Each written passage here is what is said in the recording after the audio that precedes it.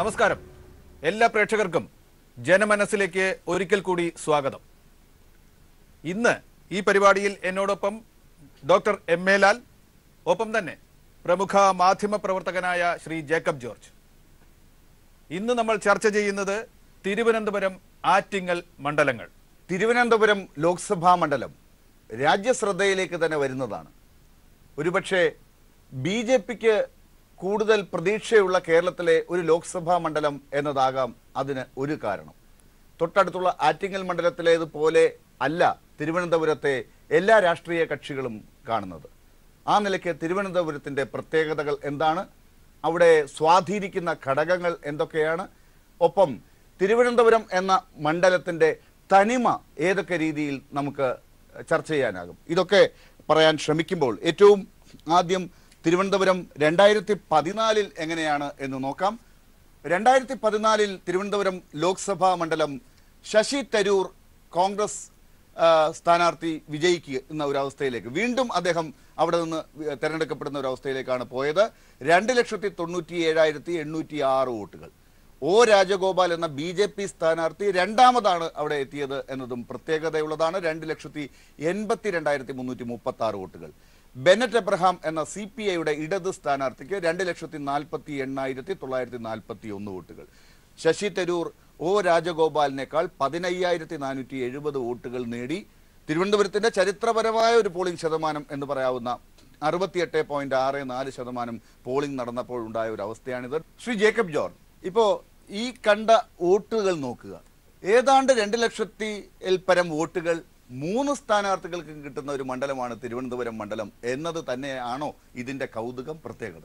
അതാണ് ഏറ്റവും വലിയ പ്രത്യേകത. കാരണം BJP ശ്രദ്ധ വയ്ക്കുന്നത് തിരുവനന്തപുരം ഞങ്ങൾക്ക് കിട്ടും എന്നാണ്, കൈപ്പിടിയിൽ ഒതുക്കി എന്ന മട്ടിലാണ് BJP കഴിഞ്ഞ കുറേ കാലമായി എല്ലാ തിരഞ്ഞെടുപ്പുകളും തിരുവനന്തപുരത്ത് നേരിടുന്നത്.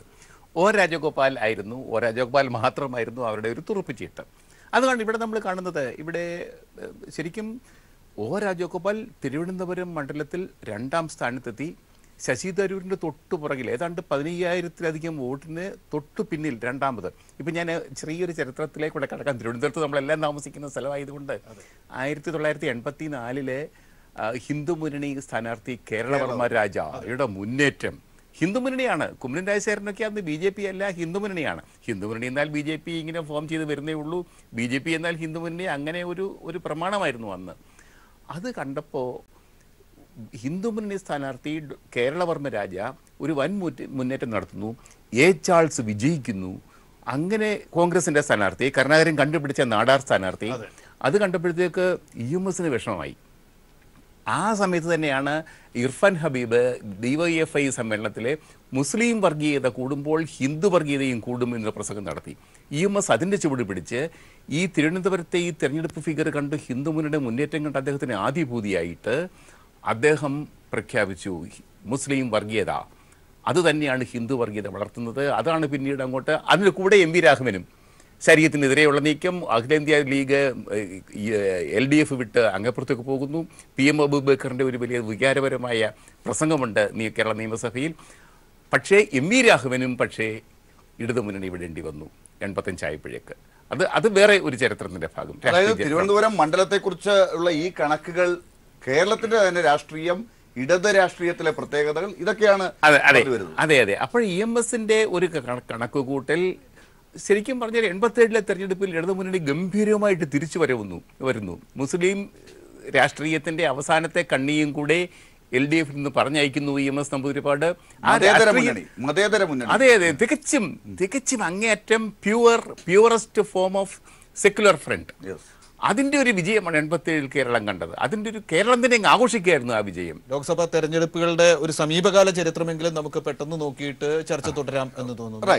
ഒരുപക്ഷെ ഈ ചിത്രത്തിൽ കാണുന്ന 99 മുതൽ 2014 വരെയുള്ള വിജയികൾ ആരാണെന്ന് നോക്കുമ്പോൾ ഒരു പ്രാവശ്യം മാത്രമാണ് അത് ഇടതുമുന്നണിക്ക് അനുകൂലമായത്. 2004 PK വാസുദേവൻ നായർ CPIക്ക് വേണ്ടി വിജയിച്ചപ്പോൾ മാത്രമാണ്. അത് അന്ന് ഇടതുപക്ഷത്തിന് അനുകൂലമായ കേരളത്തിലെ ഒരു തരംഗം തന്നെയായിരുന്നു 2004. 99 VS ശിവകുമാറാണ്. അതും ശ്രീ ജേക്കബ് ജോർജ് കരുണാകരന്റെ കണ്ടെത്തലാണ്. VS ശിവകുമാർ അദ്ദേഹം ആദ്യം വലിയ സപ്പോർട്ടോടുകൂടി കരുണാകരന്റെ പിന്തുണയിൽ വിജയിച്ചു. പിന്നീട് അദ്ദേഹത്തിൻ്റെതായ രീതിയിൽ തന്നെ മുന്നോട്ട് വന്നു എന്ന് വേണമെങ്കിൽ പറയാം. 2009-ലും 2014-ലും ശശി തരൂർ തന്നെ വിജയിക്കുന്ന അവസ്ഥ. ഈ ശശി തരൂർ ആകുന്നു, തിരുവനന്തപുരമാണ് ഇന്ത്യ മുഴുവൻ ശ്രദ്ധിക്കുന്ന മണ്ഡലമാണ് എന്ന നിലയ്ക്ക് ഈ തിരുവനന്തപുരം എന്ന 7 അസംബ്ലി മണ്ഡലങ്ങൾ ചേർന്ന ലോക്സഭാ മണ്ഡലത്തിന് മറ്റെന്ത് പ്രത്യേകതകളാണുള്ളത്? അവിടുത്തെ സാമുദായികം, അവിടുത്തെ സാമൂഹ്യ ഘടന ഒക്കെ വെച്ച് നോക്കുമ്പോൾ തീർച്ചയായും കേരളം പൊതുവെ സാക്ഷരതയിൽ മുന്നിട്ട് നിൽക്കുന്ന ഒരു സംസ്ഥാനമാണ്. തിരുവനന്തപുരം എന്തുകൊണ്ടും തലസ്ഥാന നഗരി, ഇരിക്കുന്ന പ്രദേശം എന്ന നിലയ്ക്ക് അതിന് അതിൻ്റെതായ പ്രത്യേകതയുണ്ട്. തിരുവനന്തപുരം വിമാനത്താവളത്തിൻ്റെ ഒരു വളർച്ചയുടെ ഘട്ടം, വലിയൊരു സംഭവം തിരുവനന്തപുരത്ത് ടെക്നോ പാർക്കിൻ്റെ ഒരു വളർച്ച, ആ വളർച്ചയുടെ ഭാഗമായിട്ട് ബൈപ്പാസ്, ആ ബൈപ്പാസ് ഇതാ വളരെ വേഗം വളർന്നുകൊണ്ടിരിക്കുന്നു, വലുതായിക്കൊണ്ടിരിക്കുന്നു, രൂപം എടുത്തുകൊണ്ടിരിക്കുന്നു. അങ്ങനെ നോക്കുമ്പോഴത്തേക്ക് തിരുവനന്തപുരം ഒരു ആധുനിക നഗരമായിട്ട് മാറിക്കൊണ്ടിരിക്കുന്നു. അതിനകപ്പുറത്ത് ഇപ്പോൾ ഉള്ളിലോട്ട് പോയി കഴിഞ്ഞാൽ കുറേ ഗ്രാമപ്രദേശങ്ങൾ, എന്തൊക്കെ പറഞ്ഞാലും ശരി തിരുവനന്തപുരം എന്തുകൊണ്ടും ഒരു പലതരം സമുദായങ്ങൾ, നാടാർ സമുദായത്തിന് വളരെയധികം മുൻതൂക്കമുള്ള, രാഷ്ട്രീയമായിട്ട് മുൻതൂക്കമുള്ള ഒരു പ്രദേശം കൂടിയാണ് തിരുവനന്തപുരം. കഴിഞ്ഞ നിയമസഭാ തെരഞ്ഞെടുപ്പിലെ വോട്ട് ഷെയറാണ് കാണുന്നത്. യെസ്, 2016-ൽ ഇടത് സർക്കാർ വന്നപ്പോൾ ഇങ്ങനെയായിരുന്നു ചിത്രം. ഇത് തിരുവനന്തപുരത്തിന്റെ കീഴിൽ വരുന്ന 7 അസംബ്ലി മണ്ഡലങ്ങളിൽ ഇങ്ങനെയാണ് പ്രതിഫലിച്ചത്. അത് നോക്കുമ്പോൾ കഴക്കൂട്ടം, നേമം, പാറശാല, കോവളം, നെയ്യാറ്റിൻകര ഒഴികെ ഉള്ള 2 മണ്ഡലങ്ങളാണ് UDF-ന് അനുകൂലമായിട്ട് വരുന്നത്. UDF-ന് അനുകൂലമായത് കോവളമാണ്, പിന്നെ വരുന്നത് വട്ടിയൂർക്കാവാണ്. മൊത്തം വോട്ട് അങ്ങനെ ഒരു വോട്ടെടുപ്പ് ഇല്ല എങ്കിൽ പോലും മൊത്തം വോട്ട് LDF-ന് അനുകൂലമായിട്ടാണ് വരുന്നത്, ആ ഘട്ടത്തിൽ നിൽക്കുന്നത്. 3,76,599 വോട്ടുകൾ LDF-ന്, UDF-ന് 3,16,132, BJP-ക്ക് 2,68,555 വോട്ടുകൾ. ഇതാണ് ഇക്വേഷൻ. ഒരുപക്ഷെ 2014-ൽ 2 കൊല്ലങ്ങൾക്ക് മുമ്പുള്ള 2014-ൽ നമ്മൾ നേരത്തെ പറഞ്ഞത് എല്ലാവർക്കും 2 ലക്ഷത്തിൽ പരം വോട്ടുകൾ എന്നാണ്. ഇവിടെ LDF 3.25 ലക്ഷം വോട്ടുകൾ, അവിടെ BJP-ക്ക് UDF-ന് 3,16,000 വോട്ടുകൾ, BJP-ക്ക് ഏതാണ്ട് 1 ലക്ഷം വോട്ടുകൾ പുറകിലാണ് LDF. ജോർജ്, എന്താണ് ഇത് കാണിക്കുന്നത്? നിയമസഭാ തെരഞ്ഞെടുപ്പിലും ലോക്സഭാ തെരഞ്ഞെടുപ്പിലും 2 തരത്തിലാണോ തിരുവനന്തപുരം ചിന്തിക്കുന്നത്? എങ്ങനെയാണ് അവരുടെ മുൻഗണനകൾ മാറുന്നത്? എനിക്ക് തോന്നുന്നു മുൻഗണന മാറുന്നുണ്ട്. അത് കഴിഞ്ഞ തിരഞ്ഞെടുപ്പുകളിലൊക്കെയും ആ ഒരു മാറ്റം നമുക്ക് കാണാം. അതിനകത്ത് വലിയ രാഷ്ട്രീയ കാരണങ്ങളൊന്നും ഉണ്ടാവണം എന്നില്ല. പക്ഷെ തീർച്ചയായിട്ടും ഈ തെരഞ്ഞെടുപ്പിൽ മോദി, BJP ഒരു പ്രധാന ഘടകം തന്നെയാണ്. BJP വേണമോ വേണ്ടയോ എന്ന ചോദ്യം, ആ ചോദ്യത്തിന് ഒരു ഉത്തരം, ആ ചോദ്യം തന്നെയാണ് തിരുവനന്തപുരത്ത് പരമമായി ഒരുക്കുന്നത്. ആ ഒരു പ്രധാനപ്പെട്ട ചോദ്യം തന്നെയായിരിക്കും വോട്ടർമാരുടെ മനസ്സിൽ. കഴക്കൂട്ടം, വട്ടിയൂർക്കാവ്, തിരുവനന്തപുരം, നേമം, പാറശാല, കോവളം, നെയ്യാറ്റിൻകര, ഇതിൽ ഒരു പക്ഷേ തീരവുമായി മാറി നിൽക്കുന്നത് ഒരേ ഒരു മണ്ഡലമാണ്, വട്ടിയൂർക്കാവാണ്. തീരവുമായിട്ട് വല്ലാതെ മാറി നിൽക്കുന്നത്. നിയമത്തിന് പോലും ഒരു ലിങ്ക് ഉണ്ട് തീരവുമായിട്ടെന്ന് വേണമെങ്കിൽ പറയാം. തിരുവല്ലം സൈഡൊക്കെ വെച്ച് നോക്കും. ബാക്കിയെല്ലാം കഴക്കൂട്ടം തീരദേശമാണ്, തിരുവനന്തപുരത്ത് തീരദേശമാണ്, പാറശാല, കോവളം, നെയ്യാറ്റിൻകര എല്ലാം. നേരത്തെ പറഞ്ഞ സാമുദായിക ഇക്വേഷന് വലിയ പ്രാധാന്യമുണ്ട് ഈ പറഞ്ഞ മണ്ഡലത്തിൽ. അതുപോലെ ലാറ്റിൻ കത്തോലിക്ക സമുദായം, അത് വളരെ ശക്തമായ, തിരുവനന്തപുരം വളരെ ശക്തമായ ഒരു കേന്ദ്രമാണ് ലാറ്റിൻ കത്തോലിക്ക സമുദായത്തിൻ്റെ, CSI സഭയുടെ. അങ്ങനെ വരുമ്പോഴത്തേക്ക് ഒരു മൈനോറിറ്റി, ഒരു വിഭാഗം മുസ്ലിം മൈനോറിറ്റി നല്ലതുപോലെ ഉള്ളൊരു പ്രദേശമാണ് തിരുവനന്തപുരം. ആ സമയത്ത് തന്നെ ഒരു ഹിന്ദു ഒരു മുന്നേറ്റത്തിന് കളം ഒരുങ്ങിയിട്ടുള്ള, നമ്മൾ കണ്ടിട്ടുണ്ട് BJP-യുടെ പല സമരങ്ങൾക്കും സാക്ഷിയായിട്ടുള്ള ഒരു പട്ടണമാണ് തിരുവനന്തപുരം. എല്ലാ തരത്തിലുള്ള സമരങ്ങൾക്കും സാക്ഷിയായിട്ടുള്ള ഒരു നഗരം കൂടിയാണ് പട്ടണം. അതിൻ്റെ ആ സമരങ്ങൾ നടന്നിട്ടുണ്ട്.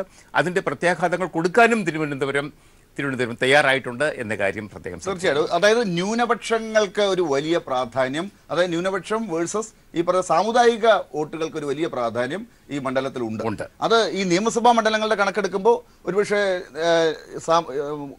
ന്യൂനപക്ഷങ്ങളുടെ ഒരു കൺസോളിഡേഷൻ കൂടുതൽ വരിക തിരുവനന്തപുരം, പാറശാല, കോവളം, നെയ്യാറ്റിൻകര ഇങ്ങനെയുള്ള മണ്ഡലങ്ങളാണ്. ഈ വട്ടിയൂർക്കാവ് ഒരുപക്ഷെ കുറച്ച് മറ്റുള്ള ഹിന്ദു സമുദായത്തിനൊക്കെ പ്രാധാന്യം ഉള്ള ഒരു മണ്ഡലമാണ്. കഴക്കൂട്ടം പക്ഷെ ഒരു കുറച്ചുകൂടി ഒരു മതേതരമായ രീതിയിൽ എല്ലാ സമ്മിശ്രമായ ഒരു മുസ്ലിം.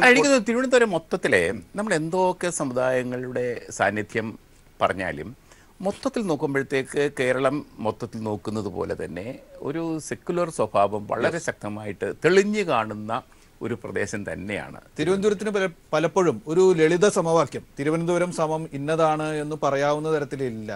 ഏതെങ്കിലും ഒരു സമുദായത്തിന് തീരെഴുത്തു എന്നോ ഏതെങ്കിലും ഒരു വിഭാഗത്തിന്റെ മാത്രം എന്ന് പറയാൻ കൂടി പാർന്നു എന്നോ പറയാൻ പറ്റില്ല. അതാണ് സത്യം.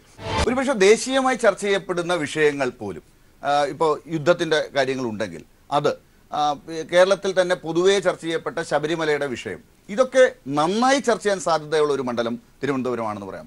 ശബരിമല പ്രധാനമായിട്ടും തിരുവനന്തപുരത്തെ ബാധിക്കുന്ന, ഇലക്ടറേറ്റിനെ ബാധിക്കുന്ന ഒരു വിഷയം. ഈ സമരങ്ങളെല്ലാം തിരുവനന്തപുരം ഇവിടെയാണ്. അതെ, പക്ഷേ ആ ശബരിമല സമരം കൊണ്ട് BJPക്ക് എന്തെങ്കിലും എന്ത് നേട്ടമുണ്ടായി, എന്തെങ്കിലും നേട്ടമുണ്ടായോ എന്ന ചോദ്യത്തിനും തിരുവനന്തപുരം ഉത്തരം പറയും. ഒരുപക്ഷെ അവർക്ക് തിരിച്ചടി ഉണ്ടാകാൻ സാധ്യതയുള്ളത് പോലും ഒരുപക്ഷെ ഈ സമരങ്ങൾ കൊണ്ട് ചിത്രങ്ങൾ അങ്ങനെ. ഈ ഒരു ഘട്ടത്തിൽ ആ ചോദ്യം പ്രസക്തമാണ്. സ്ഥാനാർത്ഥി ആര് എന്ന് ഏത് തെരഞ്ഞെടുപ്പിലും എല്ലായിടത്തും ചർച്ചയാണ്. പക്ഷെ തിരുവനന്തപുരത്ത് അത് പ്രത്യേകിച്ചും ചർച്ചയാണ്. തിരുവനന്തപുരത്ത് വ്യക്തിത്വം അത് എത്രമാത്രം തെരഞ്ഞെടുപ്പ് ചരിത്രത്തിൽ പ്രധാനമാണ്.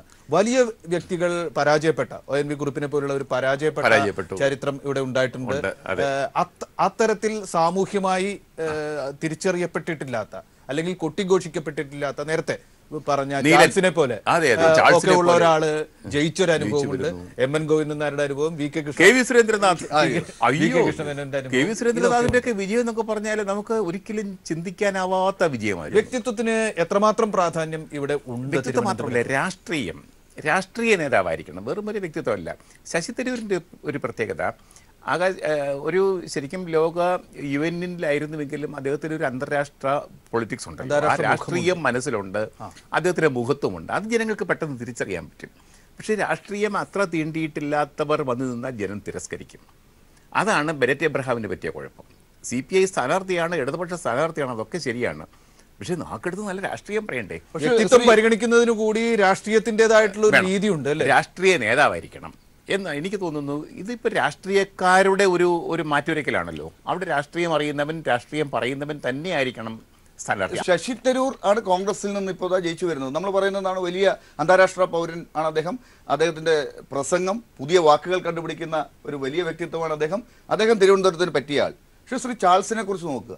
ശ്രീ ചാൾസിനെ കുറിച്ചുള്ള പരാതി, അദ്ദേഹം പാർലമെന്റിൽ പലതവണ ജയിച്ചു പോകുന്നു, പക്ഷെ അവിടെ സംസാരിക്കുന്നില്ല എന്നതായിരുന്നു. അങ്ങ് ഒരുപക്ഷെ മാധ്യമപ്രവർത്തനത്തെ ഓർക്കുന്നുണ്ട്. അതെ, തീർച്ചയായിട്ടും. അത് ചാൾസ് ജയിച്ചത് വ്യക്തിപ്രഭാവം കൊണ്ടോ പ്രസംഗത്തിന്റെ മഹിമ കൊണ്ടോ ഒന്നുമല്ല.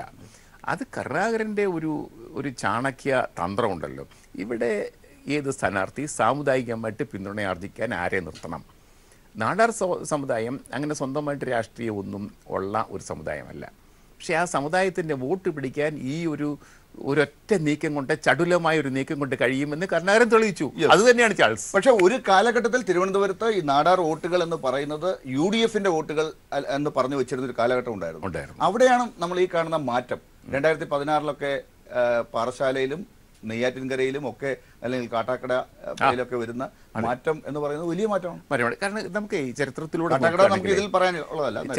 നോക്കുകയാണെങ്കിൽ ഇപ്പൊ നായർ സമുദായം, ക്രിസ്ത്യൻ സമുദായം, മുസ്ലിം സമുദായം ഒക്കെ ഉണ്ട്. ഓരോ കാലഘട്ടത്തിൽ വലിയ വളർച്ച നേടിയെങ്കിലും തിരുവനന്തപുരത്തായിട്ട് പോലും നാടാർ സമുദായത്തിന് ആ വളർച്ച ലഭിച്ചില്ല. അത് രാജഭരണകാലത്തുണ്ടായ ചില വ്യത്യാസങ്ങളാണ്. രാജഭരണകാലത്ത് രാജാവ് കുടുംബവും അവരെ അവഗണിക്കുകയും ചവിട്ടി താക്കുകയും ചെയ്തു. പക്ഷെ അതിൽ നിന്ന് രക്ഷപ്പെട്ടു പോരാൻ അവർക്ക് കഴിഞ്ഞിട്ടില്ല എന്നുള്ളത് ഓർക്കണം. കഴിഞ്ഞ തവണ 15,000-ൽ പരം വോട്ടുകൾക്ക് മാത്രം ജയാപജയങ്ങൾ നിർണയിച്ച ഒരു സ്ഥലം. ഇപ്പോ പുതിയവരുടെ ഒരു വിധിയെഴുത്താണ് തിരുവനന്തപുരത്ത് ഇത്തവണ നടക്കാൻ പോകുന്നത് എന്ന് പറയാൻ കഴിയുമോ നമുക്ക്? അതെ, പുതിയതായിട്ട് വോട്ട് കിട്ടിയ 18 വയസ്സുള്ളവർ, കോളേജ് വിദ്യാർത്ഥികൾ, ചെറുപ്പക്കാരുടെ ഒരു വിധിയാണ് കാണാൻ പോകുന്നത്. ചെറുപ്പക്കാരായിരിക്കുമല്ലോ കൂടുതലും മുന്നോട്ട് വരുന്നത്. ഈ പുതിയ വോട്ടർമാരെന്ന് പറഞ്ഞാൽ ചെറുപ്പക്കാരുടെ വോട്ട് തന്നെയാണ്. അവരുടെ മനസ്സങ്ങോട്ടാണ്. ഇപ്പം നമ്മൾ ഏത് ഭരണം എടുത്ത് നോക്കുകയാണെങ്കിലും പുതിയ തലമുറയ്ക്ക് വിദ്യാഭ്യാസം കൊടുക്കാൻ കഴിയുമോ? നല്ല വിദ്യാഭ്യാസം, ക്വാളിറ്റി എഡ്യൂക്കേഷൻ, അതേപോലെ നല്ല തൊഴിൽ, ക്വാളിറ്റി ജോലി, നല്ല സ്കിൽ ട്രെയിനിങ്, ഇതൊക്കെ കൊടുക്കാൻ കഴിയുമോ എന്നുള്ളതാണ് പിള്ളേരുടെ ചോദ്യം. ആ ചോദ്യത്തിന് ഉത്തരം പറയുന്ന ഗവൺമെന്റിനെ അവർ സഹായിക്കും. അവരെ അഭിമുഖീകരിക്കുന്നവർ വിജയിക്കും എന്ന് തന്നെയാണ് എനിക്ക് തോന്നുന്നത്. കാരണം സാധാരണ ചെറുപ്പക്കാർക്ക് അത്ര വലിയ അരാഷ്ട്രീയവാദം എന്നൊക്കെ പറയുന്നത് പോലെ ഇപ്പം KSUലോ SFIയിലോ ഒന്നും പഴയതുപോലെ ആവേശത്തോട് ചെറുപ്പക്കാർ ചേരുന്നില്ല. കോളേജുകളിലേക്ക് നോക്കിയാൽ അറിയാം, ക്യാമ്പസുകളിലേക്ക് നോക്കിയാൽ നമുക്ക് മനസ്സിലാവും. അരാഷ്ട്രീയത അവരിൽ ആരോപിക്കുന്നുണ്ടെങ്കിലും അവർ കണ്ണു തുറന്നും കാതു തുറന്നുമാണ് ജീവിക്കുന്നതെന്ന് കഴിഞ്ഞ പ്രളയത്തിലൊക്കെ നമ്മൾ കണ്ടതാണ്, തെളിഞ്ഞതുമാണ്. വേണ്ടടുത്ത് ഇടപെടുകയും പ്രതികരിക്കുകയും ഒക്കെ ചെയ്യുന്നുണ്ട്. അവർക്ക് രാഷ്ട്രീയ അവബോധമുണ്ട്, യാതൊരു സംശയവുമില്ല. രാഷ്ട്രീയം തന്നെയാണ്. അവർക്ക് അവരുടേതായ അവരുടേതായ ചാനലുകളുണ്ട് കാര്യങ്ങൾ മനസ്സിലാക്കാൻ, സൗഹൃദങ്ങളുണ്ട്, അവർക്ക് രാഷ്ട്രീയം നന്നായിട്ട് അറിയാം. പക്ഷേ അവരുടെ ചിന്തയെ സ്വാധീനിക്കാൻ എങ്ങനെ എത്ര കണ്ട് രാഷ്ട്രീയ കക്ഷികൾ കർമ്മം കൊണ്ട് അവരുടെ രാഷ്ട്രീയം വരുന്നുണ്ട്, അവരുടെ പ്രവൃത്തിയിലുണ്ട്. അവരുടെ ചിന്തയെ സ്വാധീനിക്കാൻ കഴിയുന്നവർക്ക് ജയിക്കാം. ഇനി തൊട്ടടുത്തുള്ള മണ്ഡലം, പക്ഷേ തിരുവനന്തപുരം പോലെ തന്നെ പ്രാധാന്യമുള്ള രാഷ്ട്രീയ ഭൂപടത്തിൽ പ്രാധാന്യമുള്ള മണ്ഡലം ആറ്റിങ്ങൽ. ആറ്റിങ്ങലിനെ കുറിച്ച് പറയുമ്പോൾ 2014 ലോക്സഭ ആറ്റിങ്ങൽ മണ്ഡലത്തിൽ എ സമ്പത്ത് എന്ന CPM സ്ഥാനാർത്ഥിക്ക് ഒരിക്കൽ കൂടി വിജയം നൽകിയതാണ്. 3,92,478 വോട്ടുകളാണ്. അഡ്വക്കേറ്റ് ബിന്ദു കൃഷ്ണ കോൺഗ്രസിന് വേണ്ടി 3,23,100 വോട്ടുകൾ നേടിയപ്പോൾ BJPയുടെ ഗിരിജാകുമാരി എസ് അവർ 90,528 വോട്ടുകളാണ് നേടിയത്. ഭൂരിപക്ഷം സമ്പത്തിന് 69,378. അവിടെയും തിരുവനന്തപുരത്തിന്റെ സ്വഭാവമുള്ള ഒരു വോട്ടിംഗ് ശതമാനമാണ് 68.69. ശ്രീ ജേക്കബ് ജോർജ്, സമ്പത്ത് ആറ്റിങ്ങലിൽ സമ്പത്ത് എന്നാണ് എപ്പോഴും ഈ കഴിഞ്ഞ കുറച്ച് കാലങ്ങളായിട്ട് പറഞ്ഞത്. നേരത്തെ ശശി തരൂരിനെ കുറിച്ച് താങ്കൾ പറഞ്ഞതുപോലെ സമ്പത്തിന് ഒരു നല്ല സ്വീകാര്യതയുണ്ട്. സമ്പത്തിന് സ്വീകാര്യതയുണ്ട്. സമ്പത്തിന്റെ ഒരു എനർജി ലെവൽ വളരെ കൂടുതലാണ്. സമ്പത്ത് എവിടെയും എപ്പോഴും എത്തും, എപ്പോഴും കാണും. ലോക്സഭയാണെങ്കിൽ ലോക്സഭയിൽ സമ്പത്ത് ഒരു സംഭവം തന്നെയാണ്. അദ്ദേഹം വളരെ കൃത്യമായിട്ട് ലോക്സഭാ സമ്മേളനങ്ങളിൽ പങ്കെടുക്കും, കൃത്യമായിട്ട് അദ്ദേഹത്തിൻ്റെ സാന്നിധ്യം തെളിയിക്കുകയും ചെയ്യും. ചർച്ചകളിൽ പങ്കെടുക്കും, സബ്മിഷനുകൾ അവതരിപ്പിക്കും. വളരെ വളരെ ഫലവത്തായിട്ട് ലോക്സഭയിൽ ഇടപെടുന്ന ഒരംഗം കൂടിയാണ് സമ്പത്ത്. അതുകൊണ്ട് തന്നെ ആറ്റിങ്ങലിൽ സമ്പത്തിൻ്റെ ഒരു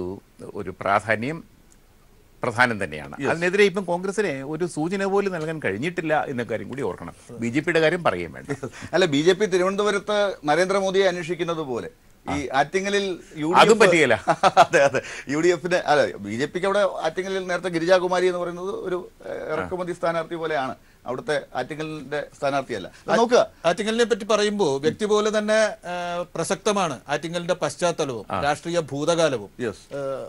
അതെ, ചിറയിൻകീഴാണ് പഴയ ആറ്റിങ്ങൽ എന്ന് പറയുന്നത്. 99 വർക്കല രാധാകൃഷ്ണൻ CPMന്റെ സ്ഥാനാർത്ഥിയായി മത്സരിച്ച് പിന്നെ 2004 ആ വിജയം ആവർത്തിച്ച വർക്കല രാധാകൃഷ്ണനിൽ നിന്നാണ് പിന്നീട് 2009 2014 സമ്പത്ത് ആറ്റിങ്ങലിനെ നിലനിർത്തുന്നത് കണ്ടത്. ഇതാണ് ചരിത്രം. അതായത് ചരിത്രപരമായി ആറ്റിങ്ങൽ CPMന്റെ മണ്ഡലമാണ് സമീപകാലത്ത്. അതിനു മുമ്പ് ചിറയൻകീഴ് അങ്ങനെ ആയിരുന്നില്ല. ചിറയൻകീഴിനെ കുറിച്ച് എനിക്കൊരു ചെറിയ ചരിത്രം പറയാനുണ്ട്. പിടിച്ചെടുത്തതാണ് ഒരു കഷ്ണം ചരിത്രം. അതായത് 1971 ആന്റണി തുടങ്ങിയവരൊക്കെ ഒരു 5-6 പേര് കോൺഗ്രസ്സുകാർ, യുവ കോൺഗ്രസ്സുകാർ, കൊച്ചു പിള്ളേർ, 25, 26, 27 വയസ്സൊക്കെ ഉള്ള ആന്റണി ഉൾപ്പെടെ, ഉമ്മൻചാണ്ടി ഉൾപ്പെടെ ഉള്ളവർ അസംബ്ലിയിലേക്ക് വരുന്നത്. അപ്പോൾ വയലാർ രവിക്ക്, ഇവരിൽ മൂത്ത ആൾ വയലാർ രവിയാണ്. രവിക്ക് മത്സരിക്കാൻ സീറ്റ് കിട്ടിയില്ല. അദ്ദേഹം നോക്കിയത് ചേർത്തലയാണ്. ചേർത്തല പക്ഷേ നിൽക്കേണ്ട, ജയിക്കത്തില്ല എന്നെല്ലാവരും പറഞ്ഞു. അവിടെ കൊടുത്തില്ല, സീറ്റ് കൊടുത്തില്ല. അപ്പോൾ 71 സാക്ഷാൽ ശങ്കറാണ്. ശങ്കറിന് വേണ്ടി ഇന്ദിരാഗാന്ധി മാറ്റിവെച്ചിരിക്കുന്ന സീറ്റാണ് ചിറയൻകീഴ്. നോക്കിക്കൊണ്ട് യൂത്ത് കോൺഗ്രസിൻ്റെ സമ്മർദ്ദ ഫലമായിട്ട് 32 വയസ്സുള്ള വയലാർ രവി അവിടെ സ്ഥാനാർത്ഥിയാവുകയാണ്. 61 വയസ്സുള്ള ശങ്കർ, നമുക്കറിയാലോ, എന്നും ശങ്കർ എന്ന് പറഞ്ഞാൽ ഒരു രോമാഞ്ചമുണ്ടാക്കുന്ന നേതാവാണ്. തലയെടുപ്പുള്ള നേതാവ്, SNDP യോഗത്തിൻ്റെ പ്രസിഡന്റ്, SNDP യോഗത്തിൻ്റെ ജനറൽ സെക്രട്ടറി, കേരള KPCCയുടെ അധ്യക്ഷൻ, കേരളത്തിൻ്റെ മുഖ്യമന്ത്രി. എന്തോ രാഷ്ട്രീയമായിട്ട് നോക്കുമ്പോൾ അദ്ദേഹത്തിൻ്റെ CV എന്ത് ഉജ്ജ്വലം, അദ്ദേഹത്തിൻ്റെ പ്രസംഗം എന്ത് ഉജ്ജ്വലം, എന്തോ നേതാവായിരുന്നറിയാമോ. NSS SN കോളേജുകളുടെ സ്ഥാപകൻ. കൊല്ലം SN കോളേജൊക്കെ അദ്ദേഹത്തിൻ്റെ കൈവെള്ളയിൽ നിന്നുണ്ടായി വന്ന സ്ഥാപനമാണ്. അത്രയ്ക്ക് നല്ല ആ മനുഷ്യനെ കരിയാപ്പൽ പോലെ വലിച്ചെറിഞ്ഞു കോൺഗ്രസ്. ശ്രീ ജേക്കബ് ജോർജ്, ഇത് ഡീൻ കുര്യാക്കോസിനോടാണോ പറയുന്നതെന്ന് എനിക്കൊരു സംശയമുണ്ട്. ഡീൻ കുര്യാക്കോസ് ഇതൊക്കെ കേൾക്കണം. ഞാൻ പലതവണ പറഞ്ഞു കൊടുത്തിട്ടുള്ളത്. അല്ല, പലതവണ ഇത്ര തവണ പറഞ്ഞിട്ടും ഇപ്പോഴും ആ ആർജവം കാണിക്കുന്നത്. ശങ്കറിനെ പുറത്താക്കി വയലാർ രവിക്ക് സീറ്റ് വാങ്ങിച്ചു. ശങ്കർ പറഞ്ഞറിയാം, 61 വയസ്സുള്ള ശങ്കർ ഈ കടൽക്കിഴവന്മാരെ നമുക്കിനി വേണ്ട എന്ന് പറഞ്ഞിട്ടാണ് ചിറയൻകീഴ് ഓടിച്ചു വിടുന്നത്. അതാണ് എൻ്റെ സങ്കടം. ഇന്ന് വയലാർ രവിക്ക് 83 84 വയസ്സായി, ഇപ്പോഴും രാജ്യസഭയിൽ ഇരിക്കുകയാണ്. ഓർക്കണം. ആറ്റിങ്ങൽ നോക്കുക, ആറ്റിങ്ങലിന്റെ നിയമസഭാ മണ്ഡലത്തിലേക്ക് നമ്മൾ വന്നാൽ 2016 നിയമസഭാ തെരഞ്ഞെടുപ്പിന്റെ ആ കണക്കുകൾ പരിശോധിക്കുമ്പോൾ എങ്ങനെയായിരുന്നു ഈ ലോക്സഭാ അതിർത്തിയിലെ നിയമസഭാ മണ്ഡലങ്ങളിൽ? വർക്കലയിൽ LDFനാണ് വിജയം ഉണ്ടായിരിക്കുന്നത്, 53,102. ആറ്റിങ്ങലിൽ LDF ആണ് 72,808. ചിറയിൻകീഴിൽ LDF 64,692 വോട്ടുകൾ, നെടുമങ്ങാട് LDF 57,745, വാമനപുരത്ത് LDF 67,848, അരുവിക്കരയിൽ അവിടെ മാത്രമാണ് ശബരിനാഥൻ ജി കാർത്തികേയന്റെ മണ്ഡലത്തിൽ ശബരിനാഥൻ വീണ്ടും ജയിക്കുന്നത് 70,910. കാട്ടാക്കടയിൽ LDF 51,614. ആകെ വോട്ടുകൾ വെച്ച് നോക്കുക 4,15,405 വോട്ടുകളാണ് LDFന് ഈ 7 മണ്ഡലങ്ങളിൽ നിന്ന്. UDFന് 3,65,562 വോട്ടുകൾ, BJPക്ക് 1,70,75,041 വോട്ടുകൾ. 3 ചേരിയും വോട്ട് കൂട്ടി LDF അതെ വളരെ ഭദ്രമായ നിലയിൽ മുന്നിലാണ് വളരെ ഭദ്രമായ നില. അതെ അതെ. ഒരുപക്ഷെ തിരുവനന്തപുരം, ആറ്റിങ്ങൽ ഈ 2 മണ്ഡലങ്ങളാണല്ലോ വളരെ അടുത്ത് നിൽക്കുന്ന മണ്ഡലങ്ങൾ. ഇതിന്റെ സ്വാധീനം എങ്ങനെയാണ് എന്നൊക്കെ പരിശോധിക്കുന്നു. അതൊക്കെ ഉൾനാടുകളിലേക്ക് പോകണമെങ്കിൽ വർക്കല മുതൽ ഇങ്ങനെ കറങ്ങി തിരിഞ്ഞ് വന്ന് എംസ് റോഡും കടന്ന് അങ്കപ്പുറത്തില് കാണാം. അതെ അതെ അതെ. ഈ തീരം മുഴുവൻ തിരുവനന്തപുരം മണ്ഡലത്തിന് ഒഴിഞ്ഞു കൊടുത്തിട്ട് നടുക്കുള്ള നാടുകളിൽ ഇവിടെ പോവുകയാണ്. അതെ അതെ. നടുക്ക് ആറ്റിങ്ങലിലേക്കും പിന്നെ കുറച്ച് തീരഭാഗവും വരുന്നുണ്ട്, വർക്കലയൊക്കെ വരുന്നുണ്ട്. ശരിക്കും പറഞ്ഞാൽ ഈ ഗവൺമെന്റ് കൊണ്ടുവന്നിട്ടുള്ള ഒരു വിഴിഞ്ഞം ബൈപ്പാസ് ഉണ്ടല്ലോ, പോകുന്നത് ഈ മണ്ഡലത്തിലെ പ്രധാന ഭാഗങ്ങളിൽ കൂടെയാണ്. വരികയാണെങ്കിൽ വലിയൊരു നേട്ടമുണ്ടാവും. ആ റോഡ് വന്നാൽ, ആ ഒരു ഹൈവേ, ഒരു ബൈപ്പാസ് നിലവിൽ വന്നാൽ തീർച്ചയായിട്ടും ആ മണ്ഡലത്തിന്റെ മാത്രമല്ല ഒരു വലിയ തിരുവനന്തപുരത്തിന്റെ മൊത്തം വികസനത്തിന് അത് വഴിയൊരുക്കും. ആറ്റിങ്ങലിൽ ചർച്ച ചെയ്യപ്പെടാൻ സാധ്യതയുള്ളത് ഈ ബൈപ്പാസ് പോലത്തെ കാര്യങ്ങൾ. ബൈപ്പാസ് പോലെയുള്ള വികസന വിഷയങ്ങൾ ശരിക്കും സമ്പത്തിന്, ഇടതുപക്ഷത്തിന് ഉന്നയിക്കാവുന്ന വിഷയമാണ്. ഒരുപക്ഷെ ആറ്റിങ്ങലുകാർ നോക്കുന്നതാണ് വികസനമായിരിക്കും അവരുടെ ഏറ്റവും വലിയ ആവശ്യം. അത് തന്നെയാണ്. ശിവഗിരി ഒരു വലിയ തീർത്ഥാടന കേന്ദ്രമാണ്. ശിവഗിരിയുടെ ഒരു ചരിത്രം, ശ്രീനാരായണ ഗുരുവിന്റെ ഒരു വരവ്, അദ്ദേഹം അവിടെ ശിവഗിരി സ്ഥാപിക്കുന്നു, SNDP യോഗത്തിൻ്റെ സ്ഥാപനം, ഇതെല്ലാം കൂടെ നോക്കുമ്പോഴത്തേക്ക് ശിവഗിരിക്കുണ്ടാകുന്ന ആറ്റിങ്ങലിനുണ്ടാകുന്ന ഒരു പ്രാമുഖ്യമുണ്ടല്ലോ കേരള സമൂഹത്തിൽ, ഒരു വലിയ പ്രാമുഖ്യമുണ്ട്. അല്ല, ഇപ്പോൾ നവോത്ഥാന ആശയങ്ങൾ ഏറ്റവും അധികം ചർച്ച ചെയ്യപ്പെടുന്ന ഒരു സമയം കൂടിയാണ്. തീർച്ചയായിട്ടും അതിനൊരു പ്രാധാന്യമുണ്ട്, ഒരു വലിയ പ്രസക്തിയുണ്ട്. പക്ഷെ അതനുസരിച്ചുള്ള വളർച്ച ആ സമൂഹത്തിന്, ആ പ്രദേശത്തിനില്ല എന്ന് എനിക്ക് ഒരു തിരുവനന്തപുരം ലോക്സഭാ മണ്ഡലത്തിലേക്ക് ഉപജീവനത്തിന് എത്തുന്നവർ, ആറ്റിങ്ങലിൽ നിന്നുള്ളവർ ഇങ്ങോട്ടേക്ക് വന്ന് പോകുന്നുണ്ടാകാം. അവരുടെ മണ്ഡലത്തിൽ ആ കാഴ്ചകളെ അവർ നമ്മൾക്ക് എണ്ണി പറയാവുന്ന ഒരു സ്ഥാപനം, വിദ്യാഭ്യാസ സ്ഥാപനമോ ഒരു വ്യവസായ സ്ഥാപനമോ ടെക്നോ പാർക്ക് പോലെ ഒരു മേന്മയുള്ള ഒരു കേന്ദ്രമോ അവിടെ ഇല്ല. അതൊരു പരാധീനതയാണ്. പക്ഷെ ഒരു അതിർത്തിക്കപ്പുറം എന്നുള്ളതാണ്. ഒരു ബസ് സ്റ്റോപ്പിന് ഇപ്പുറത്തേക്ക് വന്നാൽ ആ മണ്ഡലത്തിൽ തന്നെ വന്നില്ല എന്നുള്ളൊരു പരാതി. അതെ, തിരുവനന്തപുരം വളർന്ന് എന്ത് വന്നാലും തിരുവനന്തപുരത്തേക്ക് വരുന്നു, അടുത്തുള്ളതിനൊന്നും കിട്ടുന്നില്ല എന്നുള്ള അത് ഭരണകർത്താക്കൾ ശ്രദ്ധിക്കേണ്ട കാര്യം കൂടി. ജനമനസ്സിന്റെ ഈ ലക്കം തിരുവനന്തപുരം, ആറ്റിങ്ങൽ മണ്ഡലങ്ങളുടെ മനോഗതം ഇങ്ങനെ വായിച്ചുകൊണ്ട് അവസാനിക്കുകയാണ്. ഈ ചർച്ചയിൽ പങ്കെടുത്ത ശ്രീ ജേക്കബ് ജോർജിന് നന്ദി. ഒപ്പം തന്നെ ഡോക്ടർ MA ലാലിനും. ഈ പരിപാടി അടുത്ത ലക്കത്തിൽ തുടരും. നമസ്കാരം.